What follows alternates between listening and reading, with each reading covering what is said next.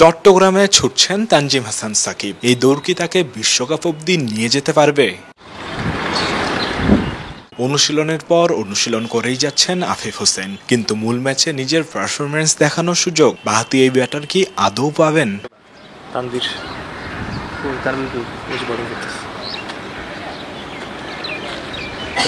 পারভেজ হোসেন ইমনের কথাই ধরুন, এতদিন পর জাতীয় দলে ফিরলেন কত আশা মনে, হয়তো একটা সুযোগের অপেক্ষায়। কিন্তু পরের ম্যাচ শেষেই সৌম্য সরকার যদি দলে ফেরেন তখন তো ইমনকেও বাদ হয়ে যেতে হতে পারে।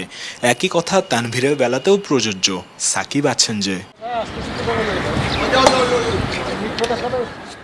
প্রশ্ন হলো, দুই ম্যাচেই জয় নিশ্চিত করা বাংলাদেশ পরের ম্যাচে কি ইমন, তানভীর, সাকিব, আফিফদের কাউকে সুযোগ দেবে?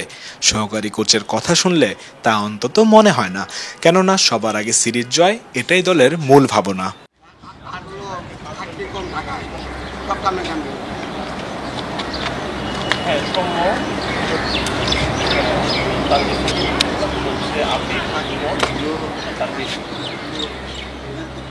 Yeah, there's still 3 games left in the series though. Yeah. So যখনই আপনি আন্তর্জাতিক সিরিজ খেলবেন, প্রথম দায়িত্ব হচ্ছে সেই সিরিজটা জেতা।